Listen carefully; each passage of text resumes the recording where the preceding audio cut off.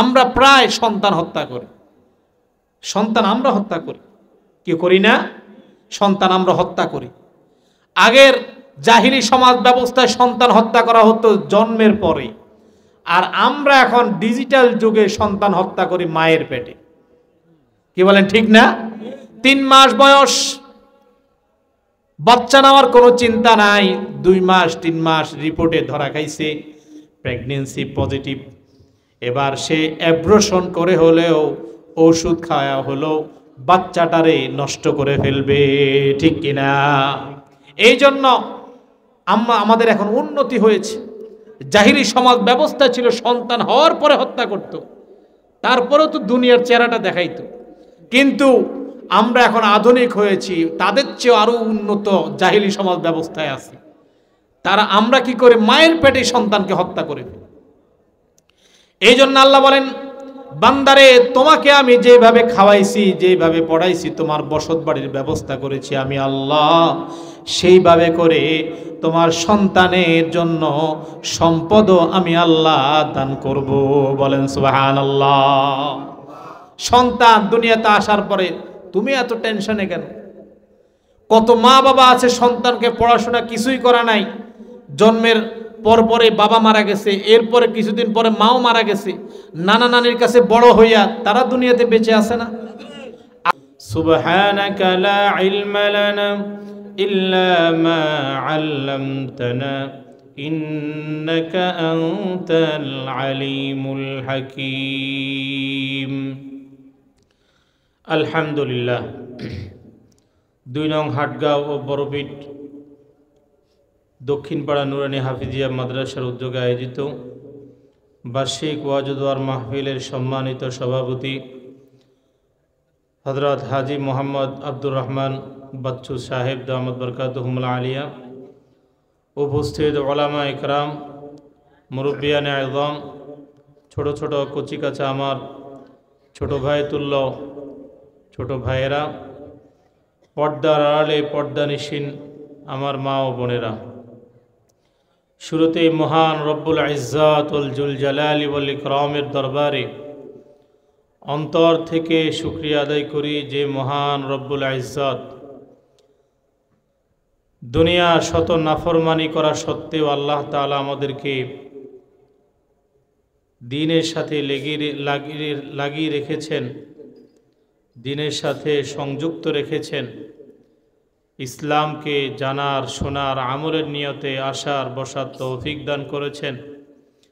দুনিয়ার সবচেয়ে দামি জায়গা, দামি মজলিস, এটা যদি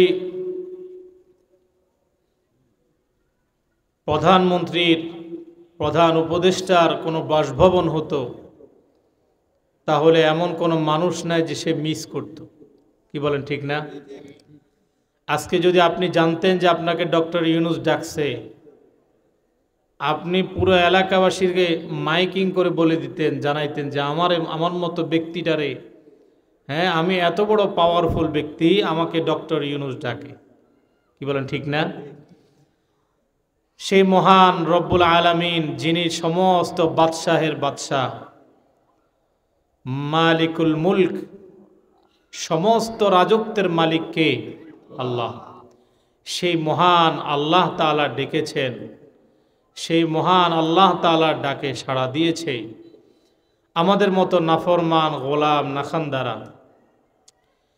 আল্লাহ তাআলার হাবিব সাল্লাল্লাহু আলাইহি ওয়াসাল্লাম বলেন, কোনো বান্দাকে যদি আল্লাহ তাআলা পছন্দ না করে, তাকে দিন পালন করার সুযোগ দেন না।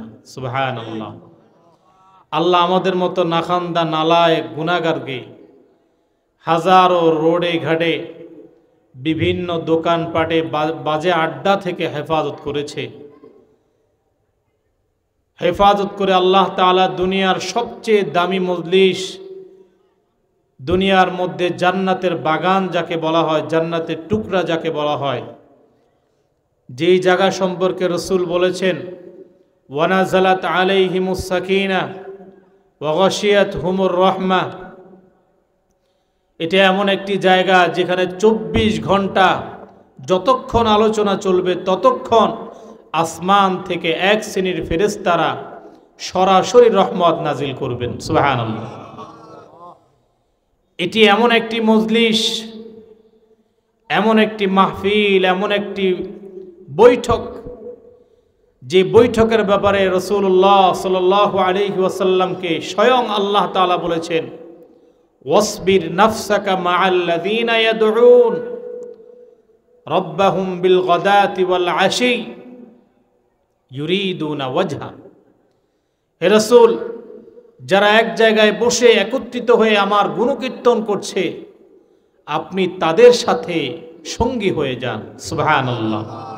কত বড় দামি মজলিস! দুনিয়ার মানুষগুলো যদি বুঝতো চায়ের দোকান থেকে মাহফিলের কি ফজিলত, বাজে আড্ডা থেকে মাহফিলের কি ফজিলত, বন্ধু বান্ধবের পাল্লা থেকে মাহফিলের কি ফজিলত, দুনিয়ার মানুষগুলো পাগল হয়ে ছুটাছুটি করত। এমন একটা মজলিসে আল্লাহ তাআলা আমাদেরকে আসার বসার তৌফিক দান করেছে। ওই মহান রবের দরবারে শুকরিয়া, যে মহান রব্বুল আলামিন লক্ষ কোটি মানুষের মধ্যে আমাকে সুস্থতার সাথে নেক হায়াত দান করেছে। সুবহানাল্লাহ। এমন আল্লাহর প্রতি শুকরিয়া আদায় করি, যে মহান রব্বুল আলামিন রূহের জগৎ থেকে আমাকে বাছাই করে মায়ের পেটে লালন পালন করে দুনিয়াতে এনে মুসলমান হিসাবে স্বীকৃতি দিয়েছেন। সুবহানাল্লাহ বলবেন না? এমন আল্লাহর প্রতি শুকরিয়া আদায় করি, যে মহান রব্বুল আলামিন দুনিয়ার জমিনে হাজারো নাফরমানি থেকে, গাদ্দারি, ফাসিকি, ফুজ্জারি, গীবত, শিকায়েত, মিথ্যা, অপবাদ, সকল খারাপ কাজের সাথে জড়িত থাকা সত্ত্বেও আমার মতো নাখান্দা নালায়েককে তার রহমতের ছায়াতলে, মাগফিরাতের ছায়াতলে আসার বসার তৌফিক দান করেছেন। বলেন সুবহানাল্লাহ। এমন আল্লাহর প্রতি শুকরিয়া আদায় করা দরকার, যেই আল্লাহ রিজিকের দায়িত্ব নিয়েছেন, যেই আল্লাহ সৃষ্টি করে ছেড়ে দেন নাই, রিজিকের দায়িত্বটাও নিয়েছেন। শুধু রিজিকের দায়িত্ব নেন নাই, বান্দাকে নিরাপত্তার দায়িত্ব নিয়েছেন কে? আরো জোরে চিৎকার দিয়ে বলতে হবে, কে? এমন আল্লাহর প্রতি শুকরিয়া আদায় করা দরকার, যেই আল্লাহ বিপদে পড়লে সবাই দূরে গেলেও আল্লাহ আমাকে ছেড়ে যায় না। সুবহানাল্লাহ। সুতরাং সেই মহান মনিবের দরবারে অন্তরের অন্তঃস্থল থেকে জীবনের সমস্ত নিয়ামতের শুকরিয়া একত্রিত করে উচ্চ আওয়াজ দিয়ে কালিমাতুশ শুকর আদায় করি। বলি আলহামদুলিল্লাহ।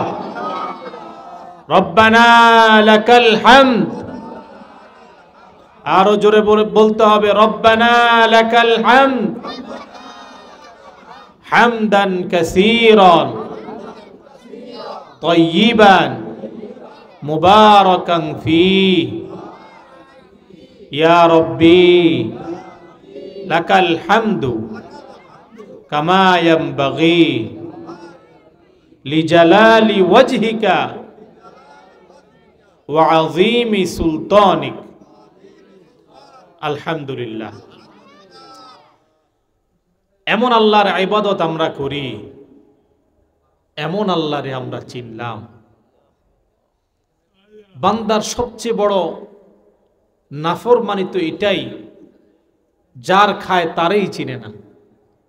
কি বলেন, ঠিক না? আজকে ইমাম সাহেব মাগরিবের নামাজে তেলাওয়াত করেছে, ইন্নাল ইনসানা লিরাব্বিহি লাকানুদ। পারেন না আপনারা? ইন্নাল ইনসানা লিরাব্বিহি লাকানুদ। মানুষ তার রবের ব্যাপারে সবচেয়ে বেশি নিমক হারাম। বলেন নাউযুবিল্লাহ। যে বানাইলো তারই চিনে না,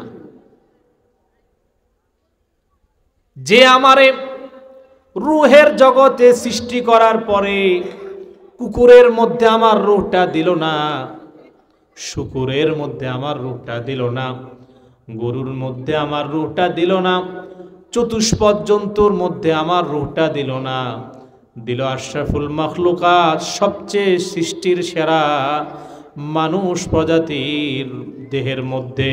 বলেন সুবহানাল্লাহ। এই তো সেই আল্লাহ বাবা পৃষ্ঠদেশ থেকে এক ফোঁটা নাপাক পানির মধ্য থেকে, চিকিৎসা বিজ্ঞানীরা বলেন এক ফোঁটা নাপাক পানির মধ্যে লক্ষ কোটির উপরে শুক্রাণু থাকে। লক্ষ কোটি শুক্রাণু থেকে একটা শুক্রাণুকে বাছাই করে মায়ের ওভামের মধ্যে প্রবেশ করিয়ে এই মায়ের পেটে ৯ মাস বা ১০ মাস আমাকে লালন করেছেন। সুবহানাল্লাহ। কোন ডাক্তার মায়ের পেটে যায় আমার সেবা শুশ্রূষা করতে দেখছেন? বলেন তো, মায়ের পেটে কোনো ডাক্তার যেতে পারে? বাবা, হ্যাঁ, মায়ের পেটে লালন পালন করার ক্ষেত্রে মায়ের কোনো হাত আছে নাকি? একক সত্তা। আল্লাহ বলেন লিল্লাহি মুলকুস সামাওয়াতি ওয়াল আরদ। এই আসমান আর জমিনের একচ্ছত্রর মালিকানা কার? একচ্ছত্র মালিকানা আমি আল্লাহর। তোমার মতো বান্দাকে আমি নির্বাচন করেছি, তোমার মতো বান্দাকে আমি যাচাই করেছি, বাছাই করেছি, আমি মনোনয়ন করেছি, মনোনীত করেছি। ইয়াখলুকু মা ইয়াশা, আমি যা চাই, যেমনে চাই, যেভাবে চাই সেইভাবে সৃষ্টি করি। বলেন সুবহানাল্লাহ। আমি যেভাবে চাই সেভাবেই সৃষ্টি করি। আমার সৃষ্টির মধ্যে কেউ নাক গলাইতে পারে না, আমার সৃষ্টির মধ্যে কেউ কর্তৃত্ব করতে পারে না। এলাকার কোনো মাতব্বরি চলে না, চেয়ারম্যান সাহেবের চেয়ারম্যানগিরি নাই, মেম্বারের মেম্বারগিরি নাই, এমপি, মন্ত্রী, মিনিস্টার, প্রধানমন্ত্রী, আন্তর্জাতিক যত বড় সত্তা হোক না কেন, আমি রব্বুল আলামিনের সৃষ্টির মধ্যে কেউ হাত দিতে পারে না। বলেন সুবহানাল্লাহ। সৃষ্টি করেছেন কে? আরো জোরে চিৎকার দিয়ে বলতে হবে, সৃষ্টি করেছেন কে? আল্লাহ রব্বুল আলামিন বলেন বান্দারে, ফি করারিম মাকিনিন ইলা কদারিম মা'লুম ফাকাদারনা ফানি'মাল কাদিরুন। বুঝে থাকলে বলেন তো, মায়ের পেটে কে সৃষ্টি করেছেন? আল্লাহ বলেন বান্দা, তোমার মায়ের পেটে ছোট্ট একটা ওভামের মধ্যে আমি রব্বুল আলামিন তোমার শুক্রাণুকে প্রবেশ করিয়ে সেখানে আমি একটা প্রক্রিয়া করেছি। খলাকাকুম মিন নুতফাতিন সুম্মা জাআলা মিন নুতফাতিন সুম্মা জাআলা মিন আলাকা। তোমার মায়ের সেই ক্ষুদ্র থেকে ক্ষুদ্র, যা মাইক্রোস্কোপ যন্ত্র দিয়ে দেখা যায় না, এমন একটা ওভামকে আমি আস্তে আস্তে করে তোমার মায়ের পেটে সুন্দরভাবে বড় করেছি। বলেন সুবহানাল্লাহ। তোমার মায়ের মাসিক অসুখকে বন্ধ করে দিয়ে তোমার নাভির সাথে তার লাগায়া জোড়া দিয়ে দিয়েছি। আর এই নাপাক রক্ত দিয়া তিলে তিলে ৯ মাস কিংবা ১০ মাস তোমাকে আমি বড় করেছি। বলেন সুবহানাল্লাহ। সুবহানাল্লাহ। কোন তো মায়ের পেটে যদি বাচ্চার মুখে খাদ্য দেওয়ার কোনো নিয়ম থাকতো, কি উপায়টা হইতো? হ্যাঁ, মায়ের পেট কাটতে থাকে, মানে কাটা থাকতো এই ৯ মাস ১০ দিন। হ্যাঁ, বাচ্চার মুখে খাদ্য দেওয়ার জন্য কি করা লাগতো? কাটা লাগতো না? মানুষ বাঁচত? আল্লাহ বলেন বান্দারে, আমি রব্বুল আলামিন শুধু তোমার সৃষ্টিকর্তা নই, আমি শুধু তোমার সৃষ্টি করে ছেড়ে দেই নাই, ফেরাউন বলল, ক্বালা ফামার রাব্বুকুমা ইয়া মূসা। মূসা রে, তুমি যে রবের কথা বলো, এই রবের পরিচয় দাও আমাকে। রব কাকে বলে? রব কে? তুমি তো একবার বলো আল্লাহ, আবার কখনো কখনো রব বলো। রবের পরিচয় আমাকে দাও। হযরতে মূসা আলাইহিস সালাতু ওয়াস সালাম বললেন, রব্বুনাল্লাযী আ'তা কুল্লা শাইইন খালকাহু সুম্মা হাদা। আমার রব হচ্ছেন তিনি, আমার প্রভু হচ্ছেন তিনি, যিনি শুধু সৃষ্টি করে ছেড়ে দেন না, সমস্ত মাখলুককে তার চলার জন্য উপায় উপকরণ বাতিয়ে দেন। বলেন সুবহানাল্লাহ। তার পথ দেখায় দেন। তার নাম হচ্ছে রব। কার নাম? রব। যিনি মানুষ সৃষ্টি করেন এবং তার সাথে সাথে তাকে পথ পদ্ধতি তৈরি করে দেন, কিভাবে বাঁচবে, খাবে, চলবে, পড়বে, সব সৃষ্টি করে দেন কে? আল্লাহ। এই মায়ের পেটে আল্লাহ সৃষ্টি করলেন। আল্লাহ বললেন, ফি করারিম মাকিনিন ইলা কদারিম মালুম।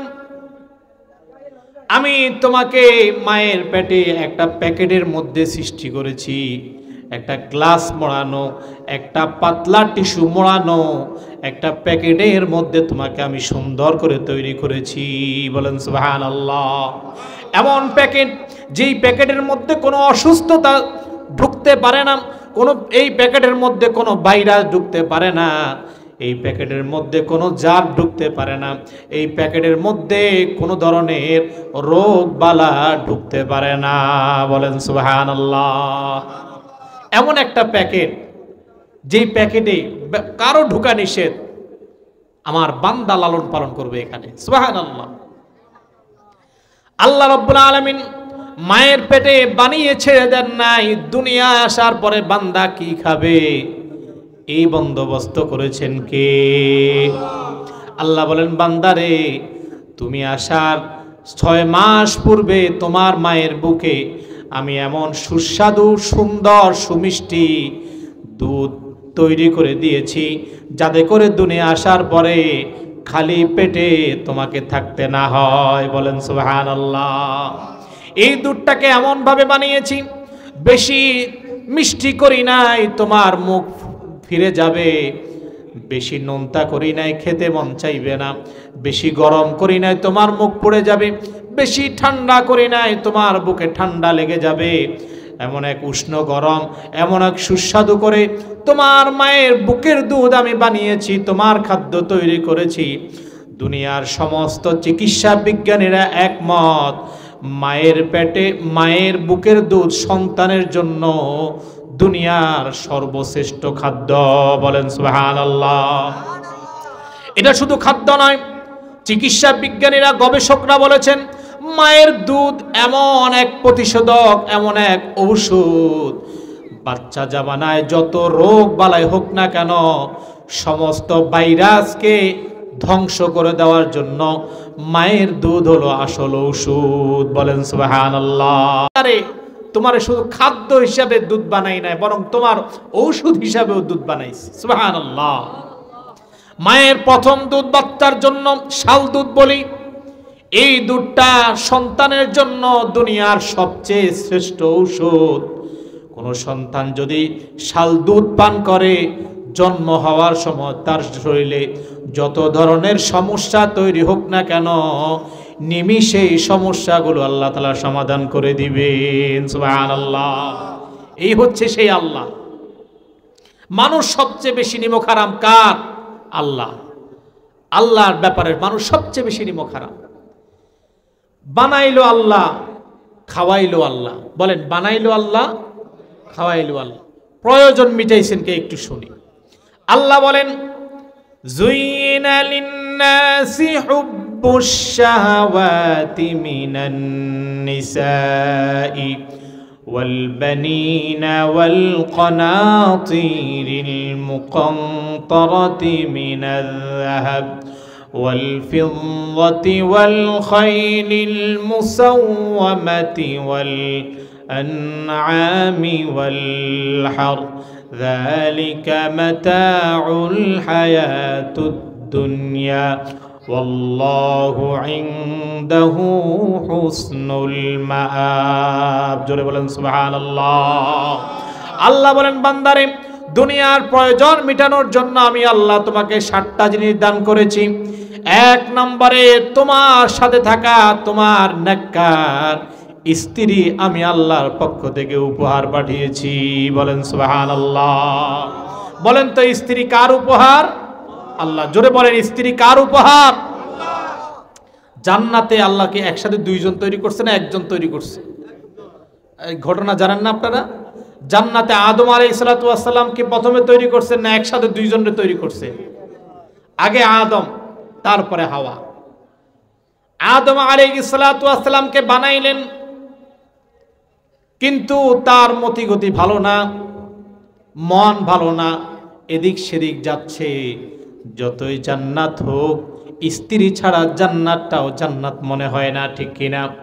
এই জন্য হযরতে আদম আলাইহিস সালাতু ওয়াস সালাম এদিক সেদিক ঘোরাফেরা করতেছে, ভালো লাগে না, কোনোতেই কিছুতেই মন বসতেছে না। হঠাৎ আল্লাহ তাআলা সে যখন ঘুমাচ্ছে তার পাশেই তার পাজরের হাড় থেকে হযরতে হাওয়া আলাইহিস সালাতু ওয়াস সালামকে তৈরি করলেন। বলেন সুবহানাল্লাহ। বলেন তো তৈরি করলেন কে? তাহলে আল্লাহর পক্ষ থেকে মানব জাতির সর্বপ্রথম উপহার হলো নারী। বলেন সুবহানাল্লাহ। সর্বপ্রথম উপহার নারী দিয়েছি আমি আল্লাহ। নারী দিয়ে বেশি দিন সংসার চলে না, বেশি দিন সংসার টিকে না। এই জন্য আমি রব্বুল আলামিন তোমার ঘরে ফুটফুটে সন্তান দান করেছি। বলেন সুবহানাল্লাহ। যুইনা লিন্নাসি হুব্বুশ শাহাওয়াতি মিনান নিসাই ওয়াল বানিন। প্রথমে স্ত্রী দিলাম, বেশি দিন স্ত্রীর সাথে সংসার ভালো যায় না। কি বলেন? হ্যাঁ, 2 দিন 3 দিন, অর্থাৎ 2-3 বছর পরে আর কারো কথা কারো সহ্য হয় না। এবার কি উপায়? সংসার তো ধরে রাখতে হবে। আল্লাহ বললেন তোমাদের মধ্যে সম্পর্ককে বৃদ্ধি করার জন্য, সুন্দর করার জন্য আমি রব্বুল আলামিন ফুটফুটে সুন্দর সন্তান দান করেছি। সুবহানাল্লাহ। সন্তান দিয়েছেন কে? আরো জোরে চিৎকার দিয়ে বলতে হবে সন্তান দিয়েছেন কে? এবার সন্তান কেমনে দিলাম শোনো। ইয়াহাবু লিমান ইয়াশাউ ইনাসা ওয়া ইয়াহাবু লিমান ইয়াশাউ যুকুর। আমি যাকে চাই তাকে কন্যা সন্তান দান করেছি। বলেন সুবহানাল্লাহ। হ্যাঁ, মেয়ে দিয়েছে কে? শ্বশুর বাড়িওয়ালারা। জোরে বলেন মেয়ে দিয়েছে কে? না, শ্বশুর বাড়িওয়ালারা পাঠাইছে। নচেত মেয়ে হওয়ার পরে মুখ এত কালো হয় কেন? নাফরমান, তুমি তো একটা নারীর সন্তান, একটা মেয়ে হওয়ার পরে তোমার মনটা কেন আনন্দ উৎফুল্ল হয় না? অথচ রাসূলুল্লাহ সাল্লাল্লাহু আলাইহি ওয়াসাল্লাম ফাতেমা রাদিয়াল্লাহু তাআলা আনহা হওয়ার পরে এত খুশি হয়েছেন, অন্য সন্তানদের ব্যাপারেও এত খুশি হন নাই। বলেন সুবহানাল্লাহ। আমার 2টা মেয়ে, আল্লাহকে সাক্ষী রেখে, আপনারা তো দেখেন নাই, আল্লাহকে সাক্ষী রেখে বলতেছি, আমি এত খুশি। প্রথম সন্তান হওয়ার পরে আমি 15 কেজি মিষ্টি খাওয়াইছি সবাইরে, আমার মেয়ে। দ্বিতীয় সন্তান হওয়ার পরে 20 কেজি মিষ্টি খাওয়াইছি, শ্বশুর বাড়ি 10 কেজি, বাবার বাড়ি 10 কেজি। আমার মনটা খুব খুশি ছিল, কারণ আল্লাহর হাবিব বলেছেন যার 2টা কন্যা সন্তান হয়েছে সে আর আমি পাশাপাশি জান্নাতে থাকবো। বলেন সুবহানাল্লাহ। সুবহানাল্লাহ। কত খুশির সংবাদ, মনটা ভরে গেছে। যার 2টা কন্যা সন্তান সে যদি সুন্দরভাবে লালন পালন করে এবং এদেরকে সৎপাত্রস্থ করে, সঠিকভাবে নেককার ছেলে দেখে বিবাহ বন্ধনে আবদ্ধ করে, আমি রব্বুল আলামিন আমি রাসূলুল্লাহ সাল্লাল্লাহু আলাইহি ওয়াসাল্লাম আর সে জান্নাতের মধ্যে পাশাপাশি একসাথে থাকবো। বলেন সুবহানাল্লাহ। আরে মেয়া, রাসূল কি থাকবে নিচের জান্নাতে না উপরের জান্নাতে? বুঝেন না মনে হয়। জান্নাতুল ফেরদাউসে থাকবে না একবারে নিম্নে জান্নাতে থাকবে? রাসূলের জায়গা কোথায়? রাসূল বলেছে আমার সাথে থাকবা। যে বিশ্বাস করছে সে খুশি হয়েছে, আর যে বিশ্বাস করে নাই, বুঝেন না মনে হয়, যে বিশ্বাস করে না সে মেয়ে দেখলে নাক কি বলে নাক ছিটকায়, মনে কষ্ট পায়, ভালো আর লাগে না। নাউযুবিল্লাহি মিন যালিক। সন্তান দেন কে? মেয়ে দিয়েছেন কে? সবাই বলে না মেয়ে দিয়েছেন কে? ইয়াহাবু লিমান ইয়াশাউ ইনাসা। আল্লাহ আয়াতের মধ্যে সর্বপ্রথম বলেন মেয়ে দিয়েছি আমি আল্লাহ। বলেন সুবহানাল্লাহ। মেয়ে দিয়েছেন কে? আল্লাহ। এরপরে বলেন ওয়ায়াহাবু লিমান ইয়াশাউ যুকুর। আমি যাকে চাই ছেলে সন্তান দান করি। বলেন সুবহানাল্লাহ। তাহলে ছেলে দেওয়া মেয়ে দেওয়া কার ব্যাপার? আরো জোরে বলতে হবে, কার ব্যাপার? নাকি মাজারের বাবার ব্যাপার, শ্বশুর বাড়িওয়ালাদের ব্যাপার? না বউর একটা একান্ত বিশেষ কাজ, মেয়ে হয়েছে এটা বউর হাত দিয়ে হয়েছে, বউ ছাড়া এই কাজ কেউ করে নাই।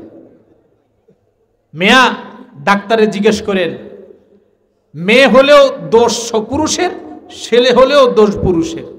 কারণ পুরুষ থেকে যদি ওয়াই আর এক্স দুটোটা একসাথে না হয় তাহলে আপনার সব ছেলে হবে না, আবার দুটোটা এক্স যদি হয় তাহলে মেয়ে হবে। পুরুষটা হচ্ছে ফ্যাক্ট। মহিলাদের মধ্যে সব সময় এক্স থাকে আর পুরুষের মধ্যে ওয়াই এবং এক্স থাকে। ওয়াই গেলে হয় পুরুষ সন্তান আর এক্স গেলে হয় মেয়ে সন্তান। তাহলে দোষটা তো পুরুষের, মহিলার তো কোনো দোষে নেই। কি বলেন ঠিক না? তারপরেও কন্যা সন্তান সহ্য হয় না।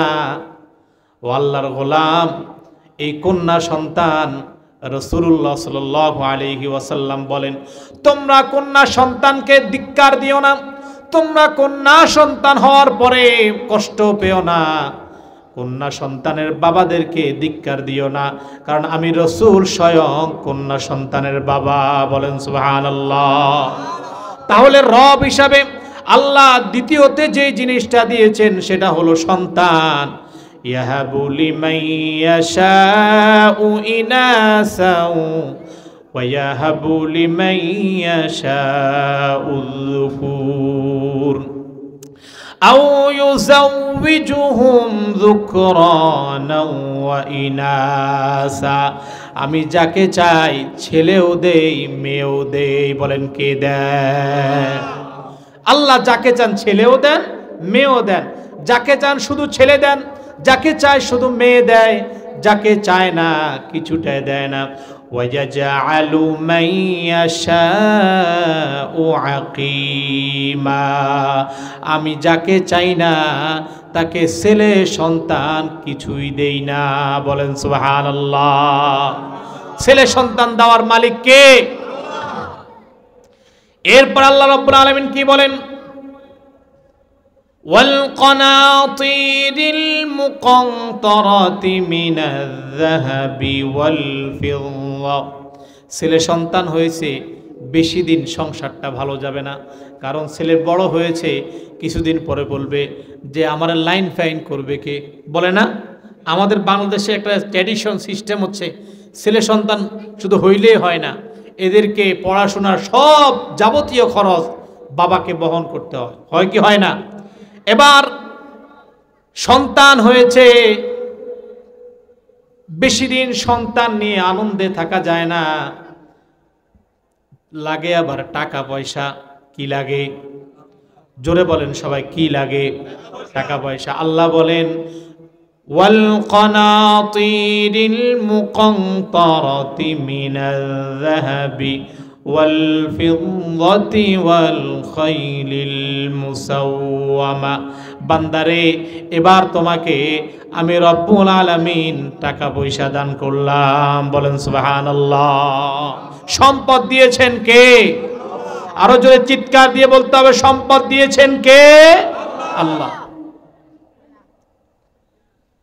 তোমাকে আমি সম্পদ দিলাম, প্রথমে স্ত্রী দিলাম, এরপরে সন্তান দিলাম, এরপরে সন্তান দিলাম দুনিয়াতে সুন্দরভাবে বেঁচে থাকার জন্য।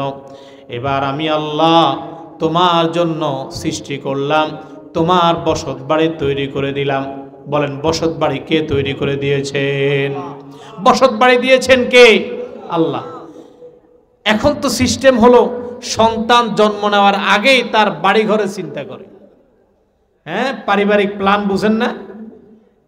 পরিবার পরিকল্পনা যাকে বলা হয় আর কি, পরিবার পরিকল্পনা। সন্তান হওয়ার আগেই কি খাওয়াবে এটার চিন্তায় ব্যস্ত। আল্লাহ বলেন ওয়ালা তাকতুলু আওলাদাকুম খাশিয়াতা ইমলাক নাহনু নারযুকুকুম ওয়া ইয়াহুম। খবরদার, অভাব অনটনের ভয়ে সন্তান তোমরা হত্যা করিও না। বলেন নাউযুবিল্লাহ। আমরা প্রায় সন্তান হত্যা করি। সন্তান আমরা হত্যা করি, কি করি না? সন্তান আমরা হত্যা করি। আগের জাহিলি সমাজ ব্যবস্থায় সন্তান হত্যা করা হতো জন্মের পরে, আর আমরা এখন ডিজিটাল যুগে সন্তান হত্যা করি মায়ের পেটে। কি বলেন, ঠিক না?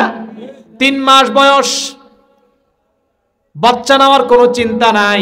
2 মাস 3 মাস রিপোর্টে ধরা খাইছে প্রেগনেন্সি পজিটিভ। এবার সে অ্যাব্রশন করে হলেও ওষুধ খাওয়া হলো বাচ্চাটারে নষ্ট করে ফেলবে, ঠিক কিনা? এই জন্য আমাদের এখন উন্নতি হয়েছে। জাহিলি সমাজ ব্যবস্থা ছিল সন্তান হওয়ার পরে হত্যা করত, তারপরেও তো দুনিয়ার চেহারাটা দেখাইতো। কিন্তু আমরা এখন আধুনিক হয়েছি, তাদের চেয়ে আরো উন্নত জাহিলি সমাজ ব্যবস্থায় আছে। তারা আমরা কি করে মায়ের পেটে সন্তানকে হত্যা করে। এই জন্য আল্লাহ বলেন বান্দারে, তোমাকে আমি যেভাবে খাওয়াইছি, যেভাবে পড়াইছি, তোমার বসত বাড়ির ব্যবস্থা করেছি আমি আল্লাহ, সেইভাবে করে তোমার সন্তানের জন্য সম্পদও আমি আল্লাহ দান করব। বলেন সুবহানাল্লাহ। সন্তান দুনিয়াতে আসার পরে তুমি এত টেনশনে কেন? কত মা বাবা আছে সন্তানকে পড়াশোনা কিছুই করা নাই, জন্মের পরপরে বাবা মারা গেছে, এরপরে কিছুদিন পরে মাও মারা গেছে, নানা নানির কাছে বড় হইয়া তারা দুনিয়াতে বেঁচে আছে না? আছে কি নাই? তাহলে সন্তান হত্যা করা যাবে না। আমার ভাইয়েরা, এই কথাগুলো বললাম, আল্লাহ রব্বুল আলামিন মানুষের পিছনে সবচেয়ে বেশি অবদান রেখেছেন আল্লাহ। কে রেখেছেন? আল্লাহ। এই মানুষকে বানিয়েছেন আল্লাহ, এই মানুষকে খাবার ব্যবস্থা করেছেন আল্লাহ, রিজিকের মালিক আল্লাহ। এরপরে রব হলেন আল্লাহ। এই মানুষের সমস্ত হায়াত মৌতের মালিক হলো একমাত্র আল্লাহ। বলেন সুবহানাল্লাহ। আচ্ছা বলেন তো, হায়াতের মালিক কে? মন থেকে বলেন না। হায়াতের মালিক তো এখন বিভিন্ন সম্পদের মালিক, খাওয়ানোর মালিক সন্তানরে বানাই ফেলি। সন্তান কোনো মতো 2টারে বিদেশ পাঠাইতে পারলে এবার মনে মনে ধারণা হয়ে যায়, যদি সন্তান না পাঠায় খামু কি? কি বলেন, ঠিক না? নাউজুবিল্লাহ বলবেন না। সন্তানের উপরে নির্ভর করি আমরা, সন্তান না পাঠাইলে খামু কি? মানে রিজিকের মালিক এখন সন্তান। এতদিন ছিল আল্লাহ, এখন হয়ে গেছে সন্তান। আবার রিজিকের মালিক হচ্ছে চাকরি, চাকরি না করলে খামু কি? ওই মিয়া, চাকরি হলো মাধ্যম। বহু মানুষ চাকরি ছাড়ার পথে ঘাটে খাইতেছে, তারেও তো আল্লাহ খাওয়াইতেছে। সুতরাং আল্লাহ রব্বুল আলামিন রিজিকের মালিক। আল্লাহ বলেন ওয়ামা খালাকাতুল জিন্না ওয়াল ইনসা ইল্লা লিয়াবুদুন মা উরিদু মিনহুম মির রিজকিন ওয়ামা উরিদু আন ইউতঈমুন। বান্দারে, তোমাকে বলেছি ইবাদত করার জন্য, তোমার কাছে রিজিক আমি চাই নাই। আমি রব্বুল আলামিন তোমাকে ইবাদত করতে বলেছি। তুমি যেইভাবে সারা দিন রিজিকের ধান্দা, সারা দিন দুনিয়া দুনিয়া দুনিয়া, ঘুম থেকে ওঠার পরে দুনিয়ার টেনশন, আবার ঘুমানোর আগেও দুনিয়ার পেরেশানি, সারাদিন দুনিয়ার পেরেশানি, সময় পাও না নামাজের, সময় পাও না আমাকে ডাকার, সময় পাও না আমার গোলামি করার, সময় পাও না দুনিয়া থেকে আমাকে 1 ঘন্টা সময় দেওয়ার, বরং তুমি 24 ঘন্টা সারাদিন দুনিয়া নিয়ে ব্যস্ত থাকো। দুনিয়া দুনিয়া দুনিয়া করে এমন জীবন তুমি গড়িয়েছ। কবি বলেন, খতিদা কা রাহা হে আজর সে তা ইমরোদ।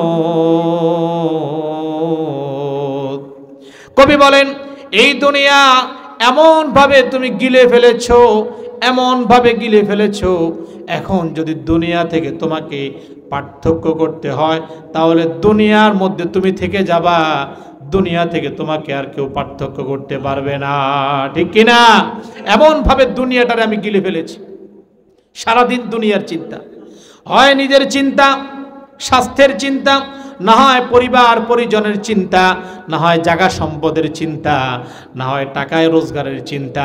যদি 5 টাকা ইনকাম হয় 10 টাকার চিন্তা করি, 10 টাকা ইনকাম হলে পরে 20 টাকার চিন্তা করি, 20 টাকার পরে 200 টাকার চিন্তা করি। এইভাবে খালি বাড়তি চিন্তা করি, কখনো আল্লাহর দিকে মনটারে রুজু করি নাই। বলেন নাউজুবিল্লাহ।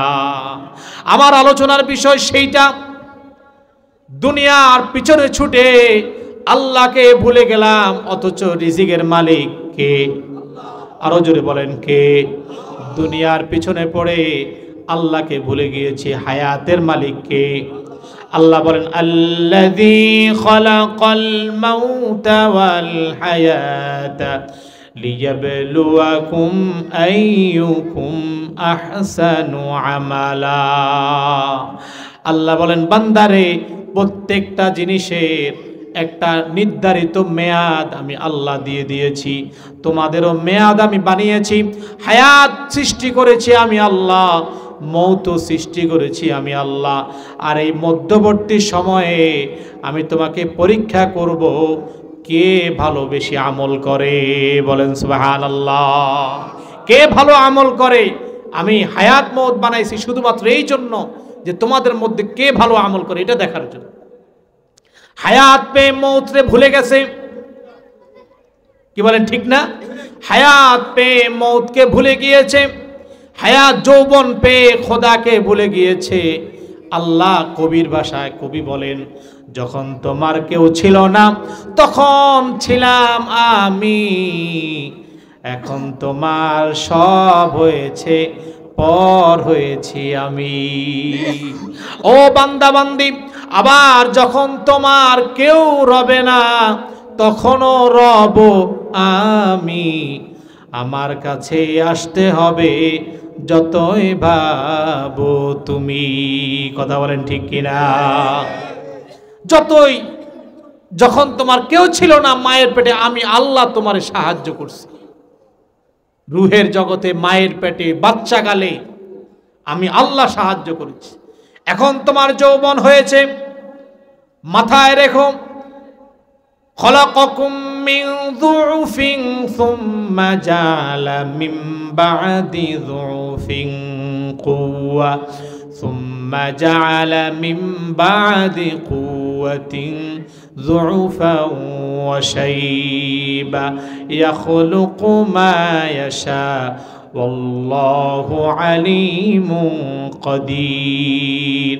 বলেন তো, বাচ্চাকালে দুর্বল বানিয়েছেন কে? যৌবনকালে যৌবন দিয়েছেন কে? আবার বার্ধক্যে দুর্বল করে দিবেন কে? আল্লাহ সেটাই বললেন, তোমারে আমি দুর্বল করে সৃষ্টি করেছি, আবার তোমাকে আমি শক্তি দিয়েছি, যৌবন দিয়েছি। আবার এই যৌবনটা আস্তে আস্তে ক্ষয় হতে হতে তোমার বার্ধক্যে পৌঁছে যাবা, আবার তোমাকে দুর্বল করে আমি দুনিয়া থেকে নিয়ে যাব। বলেন সুবহানাল্লাহ। সুতরাং দুর্বলতায় আল্লাহরে ডাকো, আর সবলতায় নিজের উপরে এত কনফিডেন্স, এত ভরসা, নিজের ছাড়ার কাউকে চিনে না। কি বলেন ঠিক না? বিপদে পড়লে মানুষ সর্বপ্রথম চিন্তা করে, আমি এই বিপদটা কেমনে সামলাম, কত টাকা দিয়ে সামলাইতে পারে। প্রথমে মনে উঠে বিপদটা কোন দিক থেকে আসছে। খেয়াল করেন, প্রথমে উঠছে কি বিপদটা কোন দিক থেকে আসছে, কত টাকা দিয়ে এই বিপদটাকে সামলাইতে পারি, একবারও আল্লাহর কথা মনে ওঠে না। প্রথমে মনে ওঠে টাকার কথা, এরপরে মনে ওঠে শক্তির কথা, কয়টা সন্তান আছে, একসাথে হামলা করব, একসাথে বিপদ কাটাইয়া দিব, কি বলেন ঠিক কিনা? শক্তির কথা মনে ওঠে, অথচ একবারের জন্যও মহান আল্লাহর কথা মনে ওঠে না। বলেন নাউজুবিল্লাহ। আমার ভাইরা, আল্লাহ রাব্বুল আলামিন বলেন, বান্দারে তোমার যৌবন দিয়েছি আমি, তোমাকে বার্ধক্যে পৌঁছিয়েছি আমি, সুতরাং এই মুহূর্তের মধ্যে তুমি যদি আমার নাফরমানি করো, তুমি যদি দুনিয়া নিয়ে ব্যস্ত থাকো, আল্লাহকুমুত তাকাসুর হাত্তা যুরতুমুল মাকাবির। আল্লাহ বলেন আল্লাহকুমুত তাকাসুর, তোমরা প্রাচুর্য দুনিয়ার প্রতি যেইভাবে লোভনীয় হয়ে আছো, তোমরা দুনিয়ার প্রতি যেইভাবে লোভনীয় হয়ে আছো, সারাদিন দুনিয়া দুনিয়া দুনিয়া, সারাদিন দুনিয়া, এই দুনিয়া তালাশ যেইভাবে করতেছো, এই দুনিয়াটা তোমাদেরকে কবরের দিকে নিয়ে যাচ্ছে। বলেন নাউজুবিল্লাহ। এই দুনিয়া, হ্যাঁ ঠিক আছে না, এই দুনিয়া করতে করতে একটা সময় ব্যাস নিঃশ্বাস শেষ। আহারে, মানুষ মরার পরে দুনিয়াদাররা বলে সে কি রেখে গেছে, কি বলেন ঠিক না? মানুষ মৃত্যুর পরে দুনিয়াদাররা বলে কি রেখে গেছে, আর ফেরেশতারা বলে কি নিয়ে গেছে। মানুষ মৃত্যুর পরে সমস্ত আমলের দরজা বন্ধ হয়ে যায়, তিনটা আমলের দরজা খোলা থাকে। দেখেন আল্লাহ কত বড় দয়াবান, কত বড় মেহেরবান। আল্লাহ চাইলেই পারতেন মৃত্যুর সাথে সাথে জাহান্নামে দিতে, পারতেন কি পারতেন না? সবাই বলেন, পারতেন কি পারতেন না? মরার সাথে সাথে কি জাহান্নামে ফেলেন না কবরে ফেলে? কবরের পরে হাসর, হাসরের পরে মিজান, এরপরে ফুলসিরাত, এরপরে জাহান্নাম বা জান্নাত। সুতরাং জান্নাত বা জাহান্নাম চতুর্থ স্তরে। কততম স্তরে? চতুর্থতম স্তরে। এর আগে আরো তিনটা ধাপ। আল্লাহ চাইলেই পারতেন বান্দাকে দুনিয়াতে থেকে যাওয়ার সাথে সাথে হয় জান্নাত নয় জাহান্নাম, কিন্তু আল্লাহ তা করেন না। আল্লাহ জানেন বান্দা গুনাহ করবে, নেকের কাজও করবে। যদি বান্দা সদকায়ে জারিয়া নেকের কাজে করতে পারে, তাহলে কবরে বসে বসে, কবরে শুয়ে শুয়ে কিয়ামত পর্যন্ত যত সওয়াবগুলো অর্জন করবে, দেখা গেল মৃত্যুর সময় সে জাহান্নামী ছিল, কিন্তু সদকায়ে জারিয়া অর্জন করার কারণে কিয়ামতের পূর্বে সে জান্নাতি হয়ে যাবে। সুবহানাল্লাহ। বুঝছেন আমার কথাটা? ভালো করে বুঝছেন? আল্লাহ চাইলেই পারতেন মরার সাথে সাথেই জাহান্নাম, পারতেন না? মরার সাথে সাথেই জান্নাত, কিন্তু আল্লাহ সেটা করেন না। আল্লাহ তোমার আমলের দরজা খোলা রেখেছেন যাতে করে বান্দা মরার সময় তোমার আমল ছিল কম, গুনাহ ছিল বেশি, এই অবস্থায় মৃত্যুবরণ করেছো। হাসর কিয়ামত পর্যন্ত লম্বা একটা সময় তোমাকে দিলাম। দুনিয়া থেকে যাওয়ার আগে সদকায়ে জারিয়া এমন কিছু আমল করে যাও, এমন কিছু দান করে যাও, এমন কিছু মসজিদ মাদ্রাসা করে যাও, এমন কিছু সহযোগিতা করে যাও, যেইখানে সারা জীবন মানুষগুলো এই মানুষগুলোর সওয়াব তোমার আমল নামে পুষতে থাকবে। আর কিয়ামত পর্যন্ত তোমার আমল নামা নেকের কাজ বেড়ে যাবে, গুনার কাজ কমে যাবে। হাসরের ময়দানে উঠার সাথে সাথে আল্লাহর জান্নাতি হয়ে যাবা। বলেন সুবহানাল্লাহ। দেখছেন আল্লাহ সুযোগ দিছে। আল্লাহ কি দিছে? সুযোগ দিছে। আচ্ছা কোন তো সুযোগ দেওয়ার পরে যদি কেউ সুযোগ গ্রহণ না করে, হে কি বুদ্ধিমান না বোকা? বোকার স্বর্গে বাস করতেছে। এই জন্য আমার ভাইয়েরা, আল্লাহ রাব্বুল আলামিন সুযোগ দিয়েছেন, অপরদিকে মানুষগুলো দুনিয়ার পিছনে ব্যস্ত। আল্লাহকুমুত তাকাসুর হাত্তা যুরতুমুল মাকাবির। পারেন না আপনারা? শুনছেন না? একটু পড়েন। আল্লাহকুমুত তাকাসুর হাত্তা যুরতুমুল মাকাবির কাল্লা সাউফা তা'লামুনা সুম্মা সুম্মা কাল্লা সাউফা তা'লামুন। বান্দারে, যেইভাবে তোমরা দুনিয়া সম্পদ নিয়ে, দুনিয়া অর্জন করা নিয়ে এত ব্যতিব্যস্ত হয়ে গিয়েছো, তোমাদেরকে এই ব্যস্ততা কবরের দিকে নিয়ে যাচ্ছে, তোমাদের খবর নাই। আগাহা আপনে মৌত সে कोई बशर नहीं, आगाहा अपने मौत से कोई बशर नहीं, सामा सो बरस की है पल की खबर नहीं। মৃত্যু চলে আসতেছে তোমাদের কানের গোড়ায়, তোমার নাকের ডগায়, তোমার কোনো খবর নাই। হাজার বছরের খাদ্য জমা করেছো, বিল্ডিং করেছো, বসত বাড়ি করেছো, মৃত্যুর প্রস্তুতি তোমার মধ্যে নাই, ঠিক কিনা? এই জন্য সর্বশেষ কথা আল্লাহ বলেন, বান্দারে খবরদার, মৃত্যু তো বরণ করতে হবে, মরণ থেকে পালাও তুমি, মরণ তোমায় লইবে ঘিরি, যদিও সেথায় পালাও তুমি আকাশ প্রাণে লাগিয়ে সিঁড়ি। এই মরণের চিকিৎসক নাই, নাই তো তার ঔষধ জগতে, কাদিয়া কাতর হইল কি হবে, পারিবে না তারে ফিরাতে। মরণ থেকে পালানোর কোনো পথ আছে? সুতরাং এই মরণের প্রস্তুতি নাও, সদকায়ে জারিয়া কামায়া যাও, মাদ্রাসার সাথে সম্পর্ক করো, এই মাদ্রাসায় দান করো, মাদ্রাসার একটা বিল্ডিং বানায়া দাও, কিয়ামত পর্যন্ত তোমার কবরে এর সদকা যেতেই থাকবে, যেতেই থাকবে। মরার সময় যদি তুমি গুনাহগার হয়ে মরো, কিন্তু কিয়ামতের দিন আল্লাহর দরবারে জান্নাতি হয়ে উঠবা। বলেন সুবহানাল্লাহ। আল্লাহ তাআলা আমাদেরকে আমল করার তৌফিক দান করুক, আমিন। ওয়া আখিরু দাওয়ানা আলহামদুলিল্লাহি রাব্বিল আলামিন। আসসালামু আলাইকুম ওয়া রাহমাতুল্লাহ।